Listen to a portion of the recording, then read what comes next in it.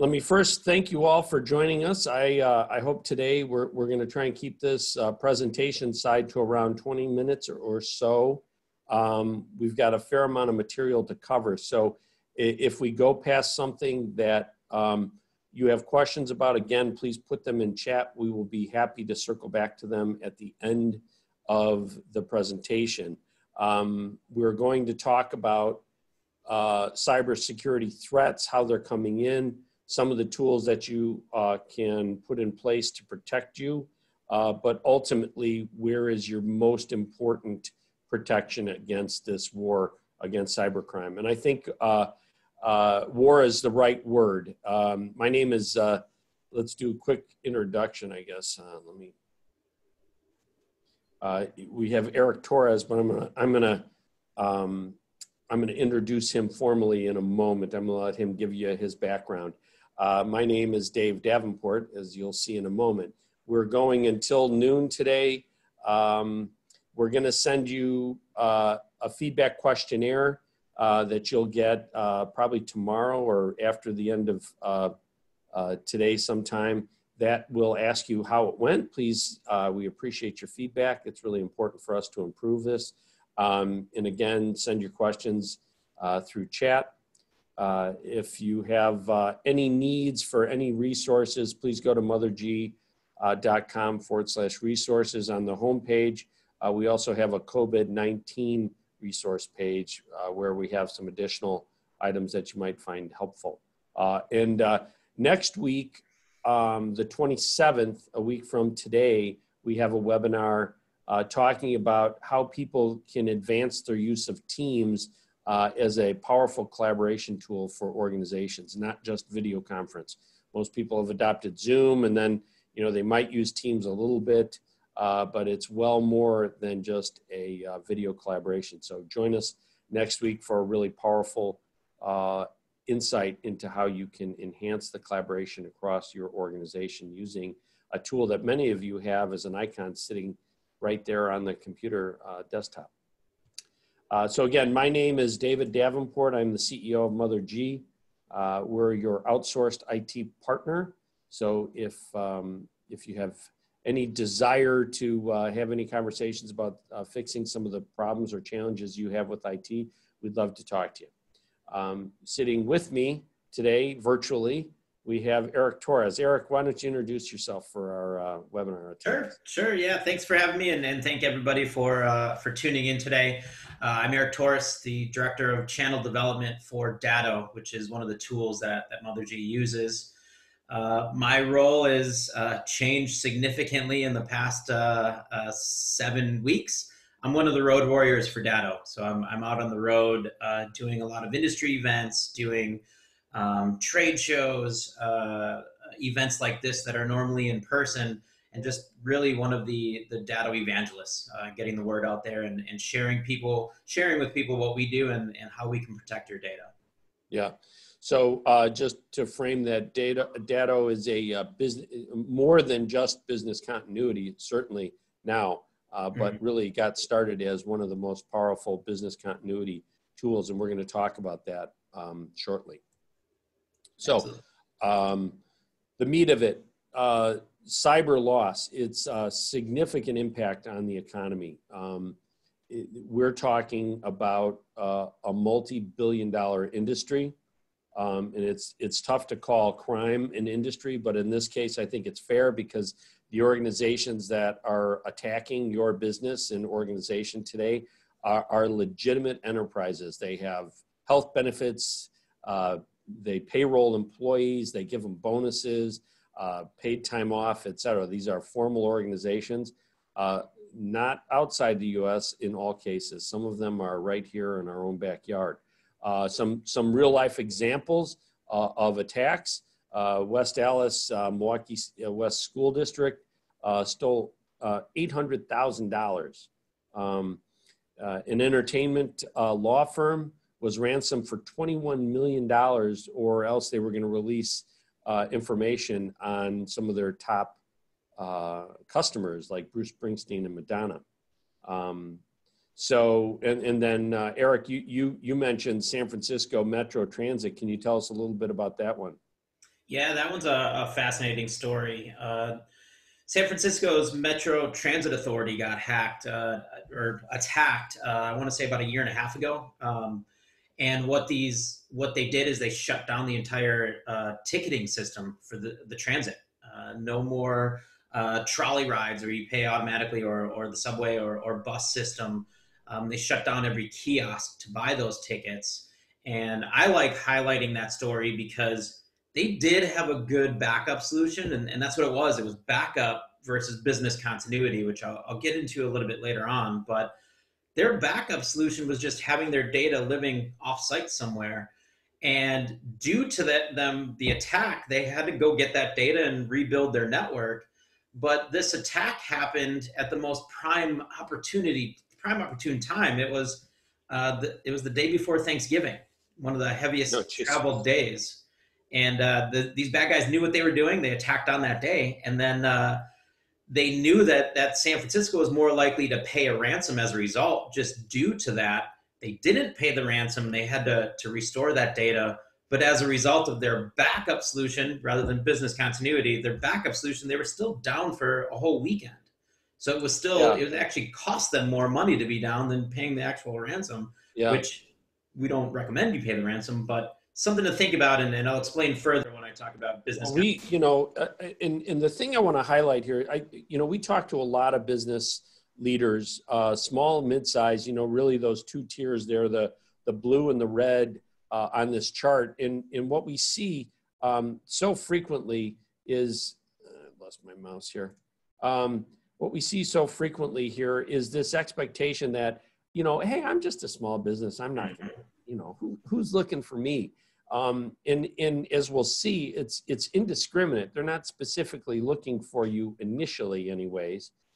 They're looking for vulnerabilities in a general sense. But, I think that, you see that the small organizations, the average loss is 9,000. That next tier is 96,000 or close to 100,000. And really the reason for that is not because of the size of the organization, but their capability to pay. And what these ransomware attacks most commonly are trying to do is to get you to pay like enough money that it's worth their effort, but not such an exorbitant amount that you'll say, go to hell. So, you hit on a key point. It would have been cheaper for the San Francisco Metro Authority to pay the ransom than it was for them to recover.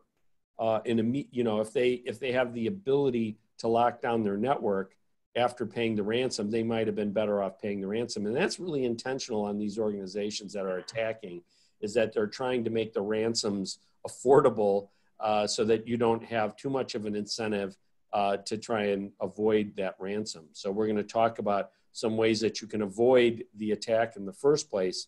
What we really want to do is to try and avoid that moment in time. So very real risks for organizations. We're talking some very real money that's being stolen. We're talking billions of dollars. Where do the attacks come? Everywhere, frankly. Most people think at work, very dangerous if and notably in this environment now, at home or at public places, the old Starbucks scenario, as we'll see, those attack vectors are all very vulnerable to cyber criminals. At home, generally speaking, we do not have the type of protections in place because we're become the IT manager. We don't have an IT department like MotherG protecting you at home in many cases, and thus we have probably the least amount of security and are most vulnerable at home, which, by the way, is in most cases where people are doing their home finances. So this is a very lucrative area for people to attack, not necessarily in ransomware, but in other types of criminal intent.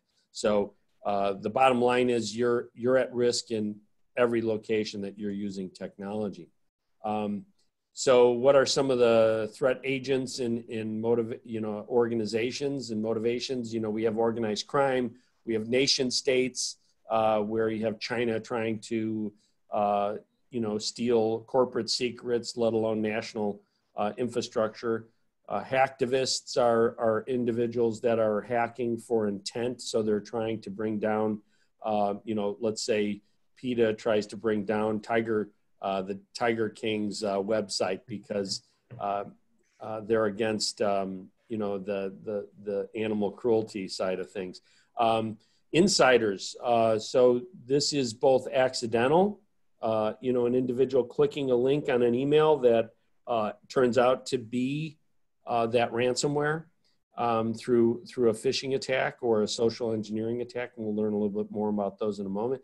Or a disgruntled employee. And this is something that we really need to be careful of, notably if organizations are furloughing or laying off employees because of COVID.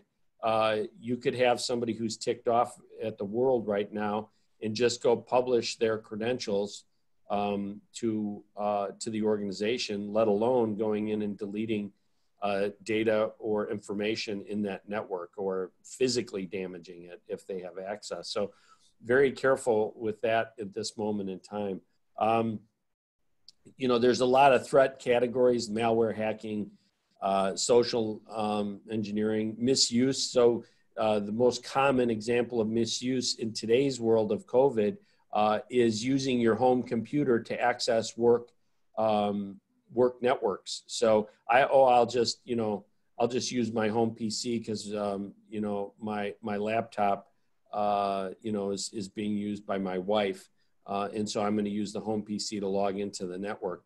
And that machine isn't necessarily protected by the same standard as your work PC. So that's a very common thing that we're seeing right now. Or other devices like iPads and whatnot that aren't necessarily protected. So here, consider ways that the employee's work credentials can lead to a breach. Let's say HubSpot. We use HubSpot as our marketing automation CRM. That login credential is my work email. And the people in MotherG who use HubSpot use their work email to access HubSpot. So HubSpot gets breached, which they were breached. And those credentials now are available to a cyber criminal. And if I happen to use the same password for HubSpot as I do for work, they now have a clear entry right into my work email. This is also a potential for a phishing attack, because now they have my work email. They can send me a HubSpot credential renewals, reset your password on HubSpot. We had a breach and it looks exactly the way it should coming from HubSpot, but it's not really HubSpot. And I've just been susceptible to a phishing breach. These 9 areas, these are all, corporate organizations that you may use as, social media or for shopping or whatever. And all of these have been breached. All of them have credentials that could be used by the cyber criminals to access your corporate network. Pretty frightening. Look at some of those names. What are attack outcomes? So credential theft, I'm logging in on you. They might attack through unpatched systems or applications. This is where your IT department should be patching all of your software at the desktop as well as the server area. That's something that we're very diligent at MotherG about doing to make sure that the vulnerabilities that are identified are plugged. So think of this like leaving a window open in your home. That's what this is doing. Denial of service, these are attacks where they try and shut down your network by flooding it with credential login information or whatnot. Social engineering, I'm gonna go in and try and engineer your identity through your social presence to gain access to, for example, Citibank's account for you. And there's some frightening YouTube videos of people hacking people's credentials through social engineering. So you've got to be very careful the information you're posting in social networks, browser, email threats. We're going to, the phishing attacks. This is one of the ways that your credentials can be leveraged into a ransomware attack. If somebody sends you an email, Citibank, renew your passwords, we're worried about a fraud attack, something like that, and they send you that email, most people are going to click the link. It looks legitimate. We've become attuned to clicking links. So I'm going to click that link, and now I'm presented with a website that looks just like Citibank, only it's not legitimate.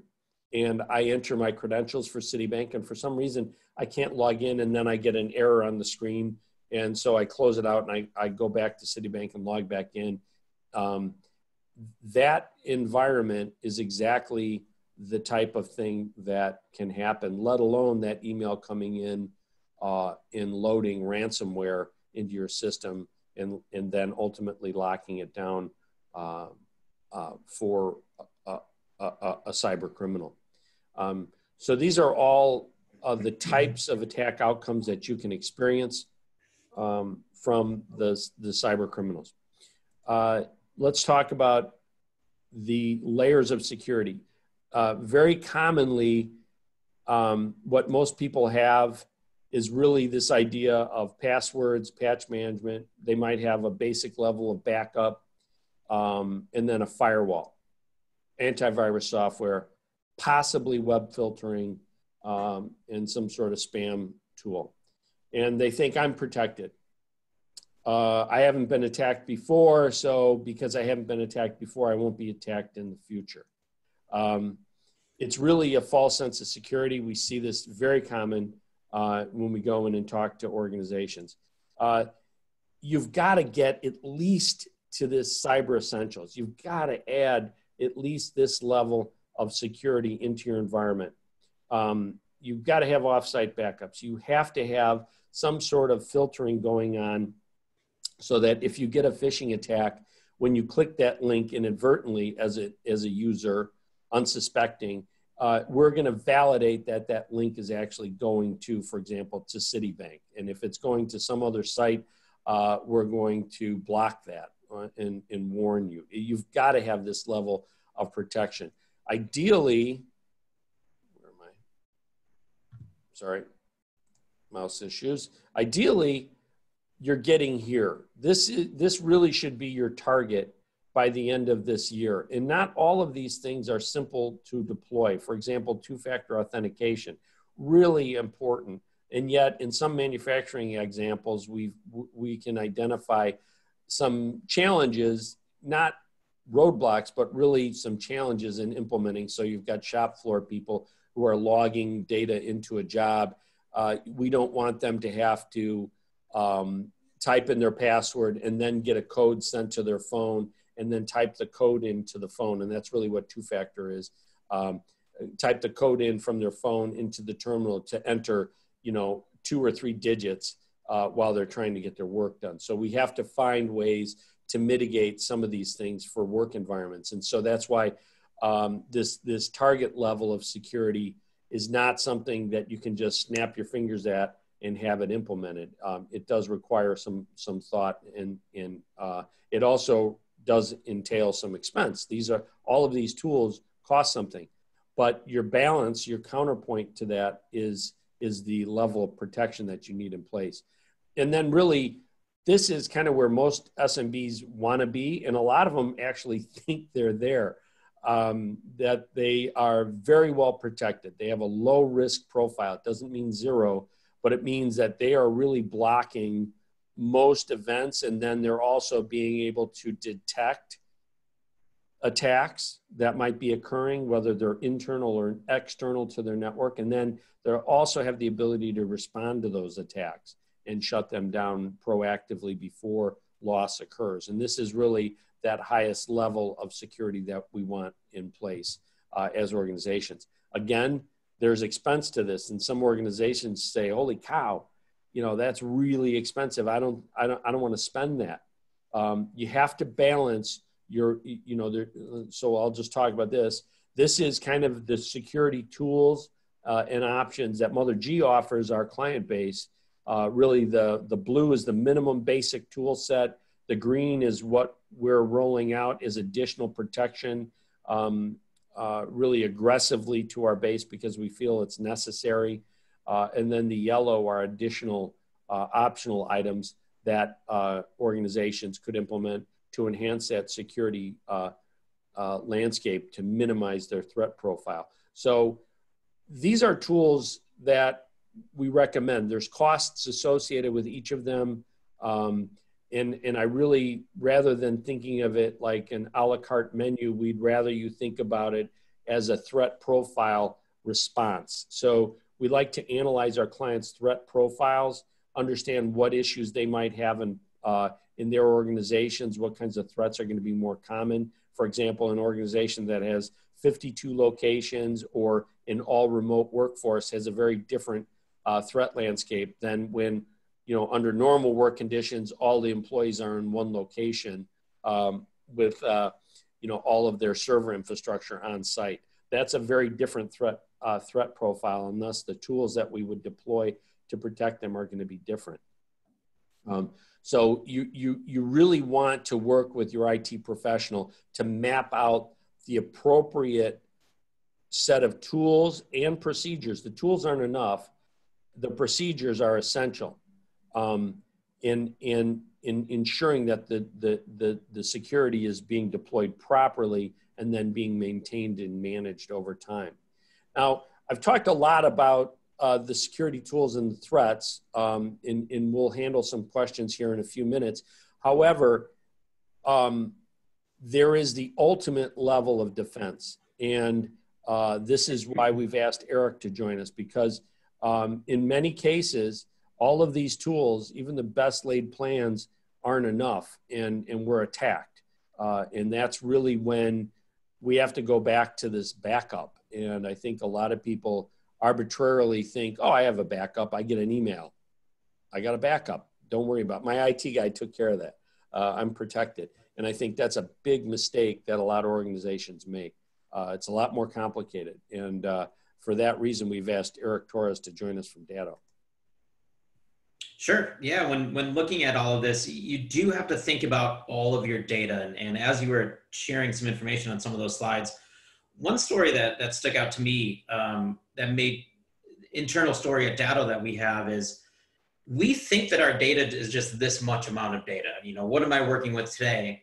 And when we started looking at all of our SaaS applications, as you were going over the HubSpot example and different things that we're using for logins, just at Datto alone, we polled our execs and just saying, how many SaaS applications do you think we have?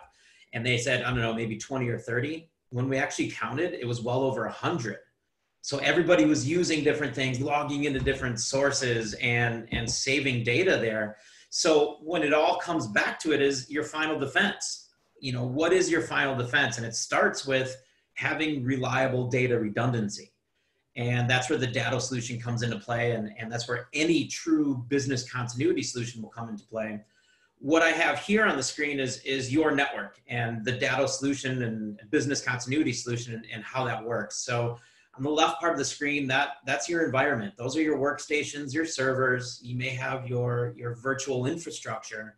What you need in a true business continuity solution is a continuity device. That's your backup device. It's storing copies of your data.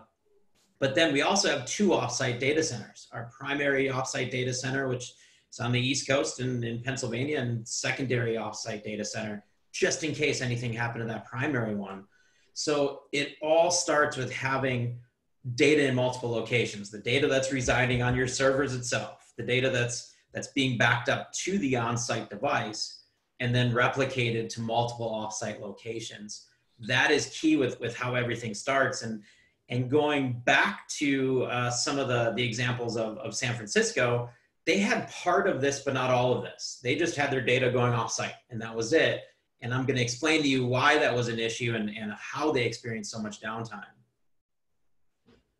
So when we look at what true business continuity is, and when you think about your backup solution is just having your data backed up somewhere, business continuity is essentially this: you're working, and for whatever reason, you can no longer work. Fire, flood, tornado, ransomware, cyber attack, something prevents you from working. True business continuity means getting back to work as quickly as possible. So what you need to do is go back to your on-site business continuity device, either physical or virtual. And what we do is we spin up an exact same image of what you were working with on a virtual instance. It could be for servers, it could be your workstations. We can get you back in under a minute, back to a safe environment, working with exact same operating system, software, the shortcuts that you use, all the applications you use at a moment's notice through that instant virtualization. And what this provides as far as the benefits, it reduces your downtime. Obviously, we can literally flip a switch and bring you right back up and running, either from the on-site appliance or the data center.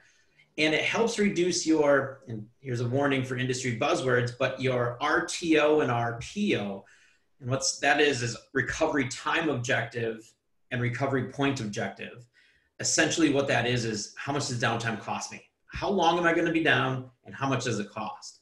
This helps with that cost because we mitigate some risks of the downtime. We mitigate the time that you're down and the investment for if you do need to get back up and running. And there's a great tool that MotherG has to help you with that. It's just a calculator that helps you calculate what true downtime costs you. And then the key to all of this, true business continuity, is being able to do this both locally and from the cloud. So in the case of San Francisco, they had their data living somewhere else. They had to rebuild their entire network. They were down that whole time. With a solution that provides true business continuity, we're flipping the switch, getting everything back up and running. While it's running virtually, then we can start rebuilding the network, bring everything online, but you're still working in a virtual environment as a result. You're still able to take care of your clients and all of your daily duties while MotherG is in the background resolving all the issues.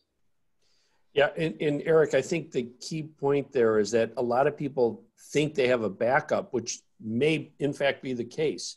Even if they have it replicated off-site, what we see is a lot of organizations say, yeah, I back up to the cloud. And so they have their server being backed up, which is taking just the change in data over time. If that server were to crash, just the ability, the recovery time objective becomes days to download that data from the cloud back to a local server again. Just the load of the data, let alone the actual rebuilding of the server, which adds to that. And I think the RPO is the second point, is that where do you recover from? At what point in your work are you going back to? So is it, did I lose today? Am I going back to yesterday? Am I going back to last week? Am I going back to an hour ago? And I think those are very important elements that you have to think through in your business, because every business is going to be a little bit different. Some are going to be able to say, yesterday's fine. I'll just redo what I did today. Some organizations are going to say, whatever is there is lost because I've got machines tracking that information and I'm not going to be able to recover that data from the machine. And so you have to be very aware of those 2 points when you're looking at this. And then the last point, Eric, just highlight for us again, the difference between backups and business continuity. Backup is just storing your data somewhere else. That's all a backup solution is. And getting, as you mentioned, an alert. Yeah, my data went offsite. My data was stored. Yep, got that. True business continuity is meaning I just went down. I need to get back up as quickly as possible. How do I do that? And that ties in directly with your RTO and RPO in understanding that realistically, how long can you be without your network? If you lost it right now, how long can you be without it? And then exactly what you said is, what are you restoring from? So that's the key difference between the two, being able to virtualize that data at a moment's notice versus having to rebuild everything because all you had was a simple backup. And then when you look at business continuity, I like breaking it down into the things that you can do today, what you need to look at tomorrow, and then future thinking. What's business going to look like next month, 2 months from now, even further, next year? So today it's relatively small steps you can take as of right now. Keeping multiple copies of your data in multiple locations.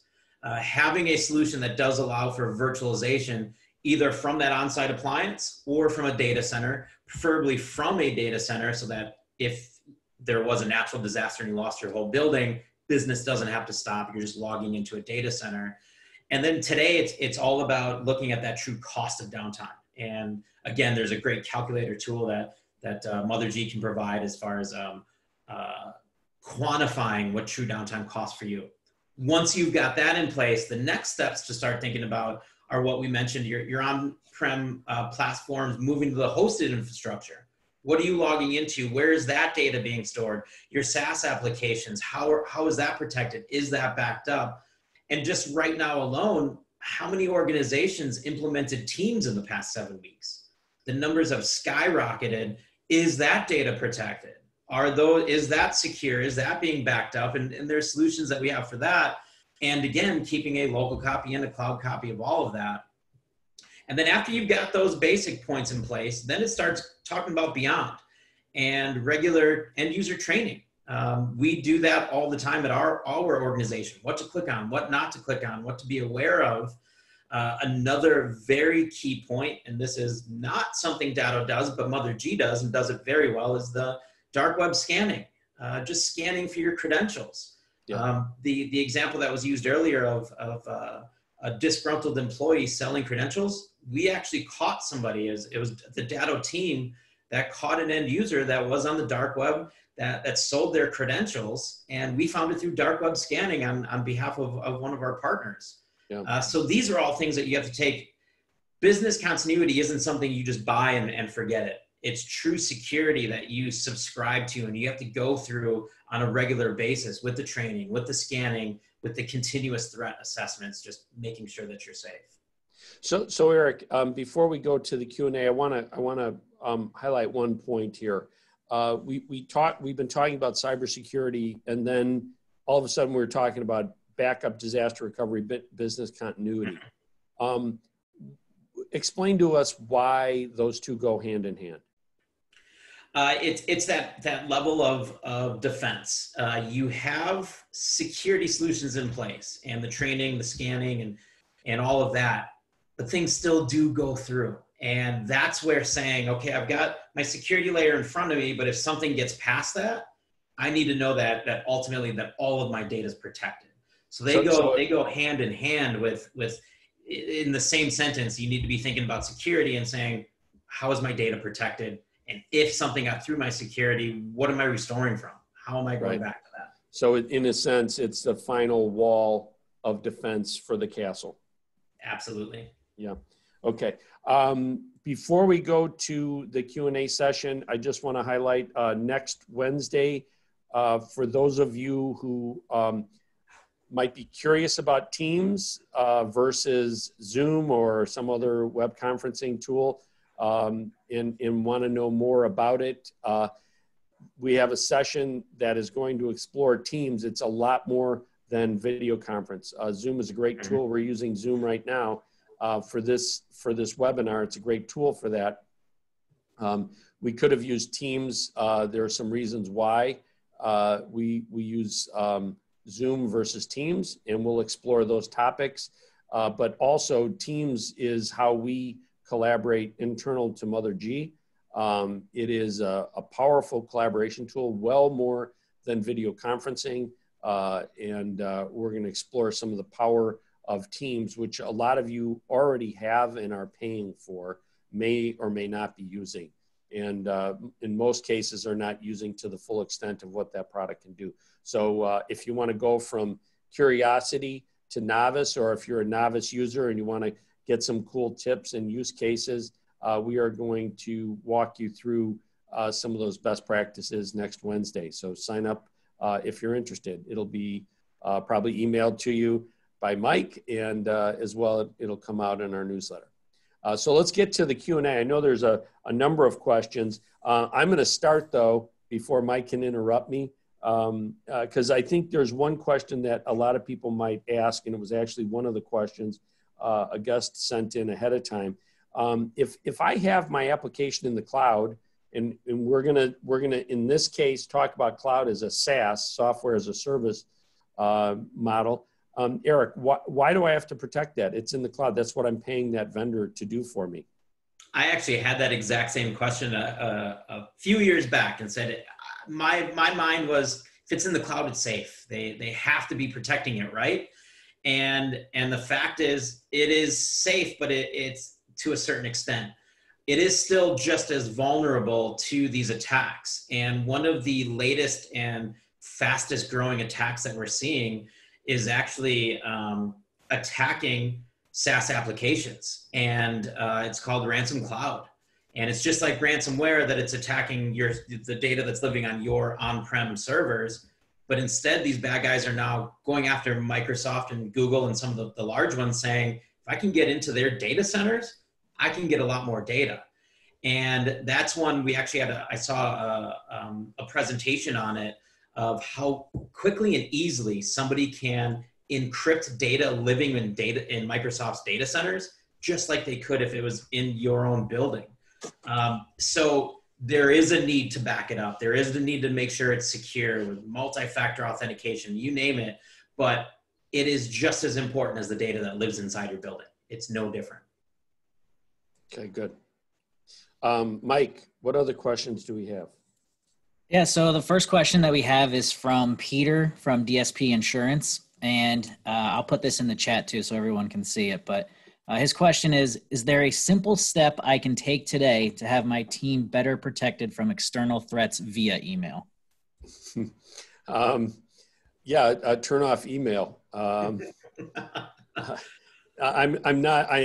obviously joking, but I don't think that's realistic for any organization today. The reality is there is no simple solution to email protection. It's multi-layered. Certainly antivirus software, anti-spam software, I talked about reverse DNS lookups. There are some advanced security tools that you may be able to turn on your firewall if you have it. As well, very important that you implement some sort of end user training program where you're testing and educating the end users on the types of threats that are coming through. And this is not a one and done type of education thing. There are some great tools out there that are geared up under campaigns. And so periodically they will send out these campaigns to test and then educate your users. It also reports back to management on the status of the user community. So you can assess really how vulnerable you are to different types of attacks based on your user education. So there's some advanced moves that you can do with limiting access and some advanced filtering. But I would say that, there's no easy solution. It's multi-stepped, multifaceted. We implement that at Datto, and we do the testing. Just this morning alone, I got a phishing email. It had the ADP logo on it, and it was designed that way. And it said, you need to change your ACH payment. And it looked suspicious. And so the first thing I did was contact our department saying, is this real? And they were like, you got this one right. Yes, this was a test. So that's good. That keeps us all on our toes. So I highly recommend implementing a solution like that. Mike? We have another question from Sherry at Gear Marie Corp. She says, it's happening all day, every day. How do you know when it's time to take extra precautions, especially now when cash is not readily available and they know it?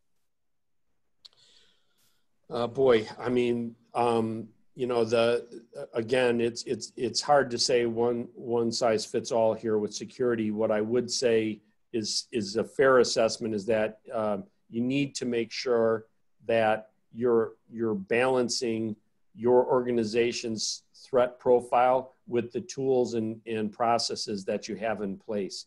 And so, Sherry's a client, and we would want to have that conversation with you, with your VCIO, which I know we're already engaged in that conversation about additional tools in the threat landscape at your organization. The answer is you want to have that conversation now. It's worse when your organization is under stress, like COVID and whatnot. This creates anxiety in everyone's part, which is fuel to a cyber criminal's ability to extract some sort of remuneration for their effort. So if your organization's under threat and under stress, and they come in and shut down your servers, you're more likely to pay that ransom than you are to push them off. So you really want the appropriate levels of protection in place, good backups, good failover. You have those things as well as the right software tools in place. And then we need to ratchet those things up based on additional threat vectors that we identify. So I would say that, the answer is get started now. Eric, would you add anything to that? Just really driving home to have that planning in place, and the training on this as well. The bad guys know this is the prime opportune time for attacking, especially with everybody working from home and the lack of security we have at home. That ties right in with this as well. Okay. Mike? The next question that we have is from John at Total Tech. He said, what are the top things that CISOs are concerned with today? Great. Eric, I'm gonna let you field that. You talk to more CISOs than I do. Sure. Yeah, absolutely. The largest fear is what I just alluded to in the previous question is everybody's now working from home for the time being, and moving probably more so into the future and having more remote work options. So essentially the network has grown. What used to just be the network inside your walls and within your organization has now grown to all of your users' networks. And a lot of us as end users, we don't have the same security levels at home that we had if we were inside of the building on that network. So a lot of the CISOs I talk to, their top concern is getting these home users, their networks secure. It could be as buying firewalls, implementing a firewall solution for some of the higher end, the ones that are working with confidential data, things like that.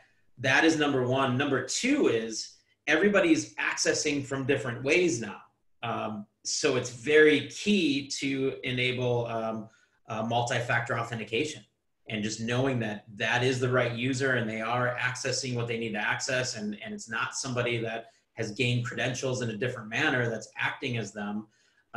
Those are the two things: it's securing the home office and multi-factor authentication on just about everything you can think of. Yeah, and I would add that there is a severe lack of security professionals in the industry in general. My wife's company is an IT recruiting company, and those are the hardest people to find today.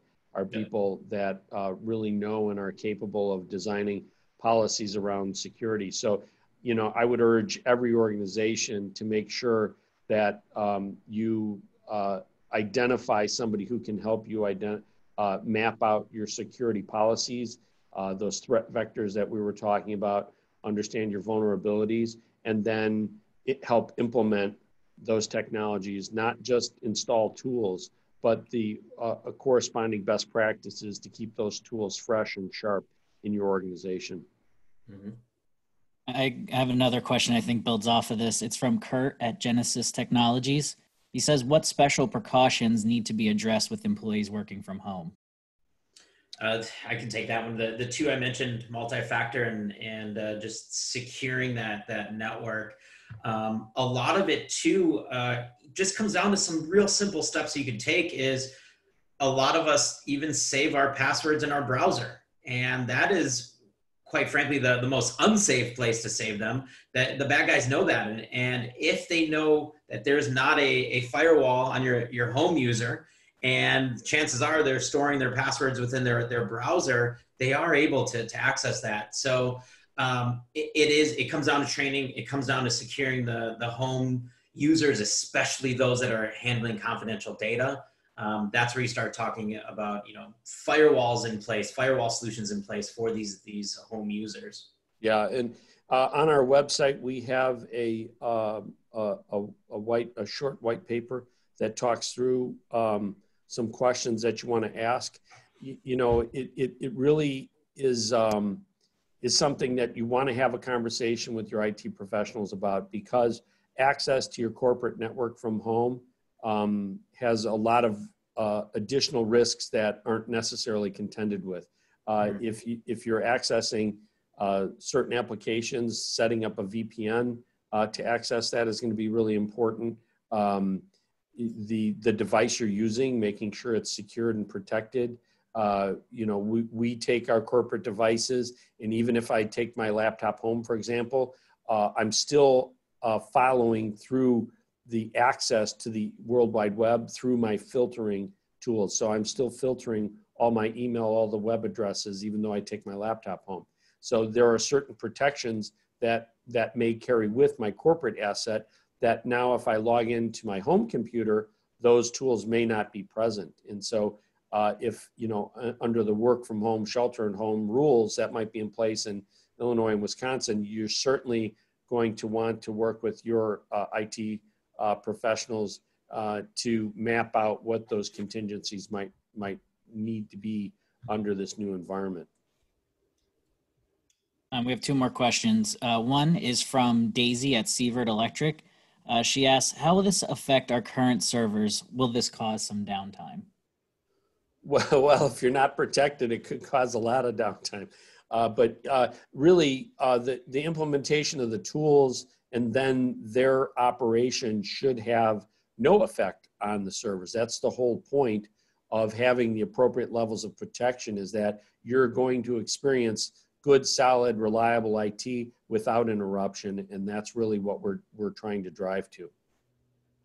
Eric, any thoughts on how your BCP tools would affect the server?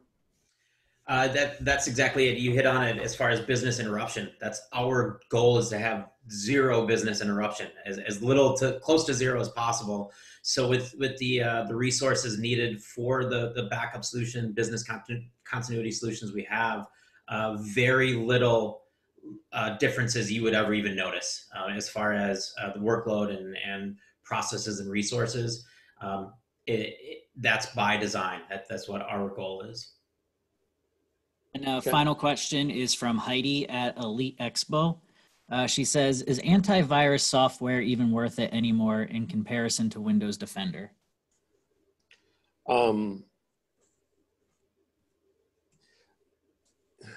So Windows Defender has gotten much better. When it was originally released, it was better than nothing, but not much.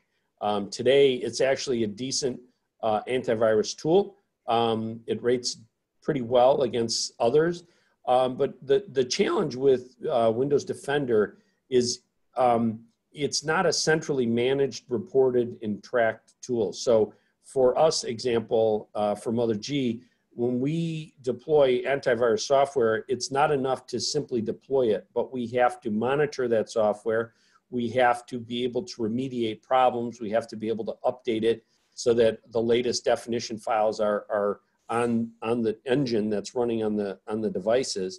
And then we have to be able to report back if it's under attack or what kind of performance considerations are happening to that device, as well as the software. So Windows Defender is better than nothing if I don't have a professional grade tool in place with an IT department that's managing it. If I'm an IT department, I'm probably not going to use Windows Defender. It's not necessarily something that you have to turn off. You could leave it on because it's not uncommon to have multiple antivirus tools running to try and prevent multiple threat vectors. But it's certainly not the only tool that we would want in place in a corporate environment. Yeah, just to add to that, it's when there are options that all they do is specialize in making sure that something's safe, like, to me, that's the most viable option.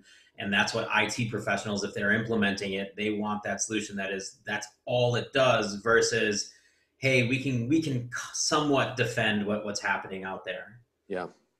Yeah. I apologize. I have actually one more question from Vicky at Riley International. She says, how do people get our email addresses and send emails that we would not see as dangerous to send money? We don't, but I'm curious how they seem to know how we communicate and who emails who for a wire transfer? Yeah, so this is actually a really common way that small businesses are defrauded of funds. And it's really a type of identity theft. So what happens is a cyber criminal, maybe through a man-in-the-middle attack, might start observing. So maybe they get your credentials, they log in and look at your email. They see how you're communicating to the bank for a wire transfer. So let's say you're dealing internationally and you have a wire transfer between the United States and South Korea for a shipment or something like that. And so you gear up and do the wire transfer, maybe through an email to your bank. You might also see variants of this where the CEO is traveling and he sends an email asking for a wire transfer by the controller to a bank account for somebody that he's meeting with in Europe. And so the cyber criminal becomes aware, for example, that the CEO is traveling to Europe through other avenues that we've talked about, social engineering. The CEO posted a picture of him at the Hofbrauhaus in Munich. Oh, good, he's over here on business. It might be spoofing the email so they understand, oh, they've got emails that are going for wire transfers. They will look at the email profile. They will mimic the exact sender information. They might actually send it from the CEO's email box to the controller and list the routing and transit information for the malicious bank account, and then email that controller. We've seen that the criminal will then go into the sent folder by the CEO and delete that email that was sent, so there's no evidence of the email by the CEO, and then they're monitoring the inbox so that when the controller might ask a question, they can reply immediately. So for example, they'll do this in normal work hours in the United States, knowing that the CEO is probably out to dinner or sleeping in Europe. And so all of these attacks are being very deliberately executed in the background.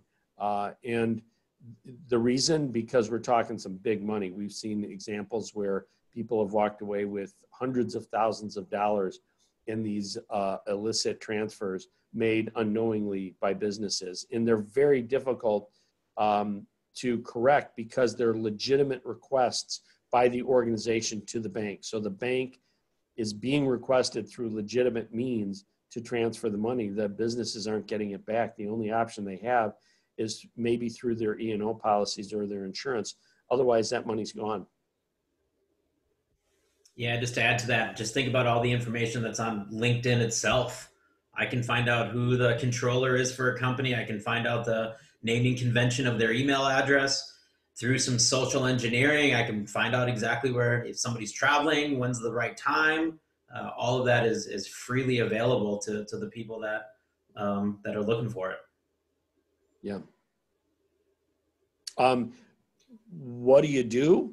Well, this is really where we want to set up some sort of two-factor, multi-factor authentication with the bank. So if the bank gets a request for a transfer, we want the bank to call the controller and verify that request so that we have a positive verification. And it's outside of the electronic media. So now we're going outside of the email traffic and we're going over here to the phone network, and I have the controller and the bank talking. We would do the same thing with the CEO to the controller. So now the CEO sends that transfer. The controller knows, oh, if I get a transfer request from the CEO, I'm going to call them. I'm not going to text them, because I could spoof a text as well.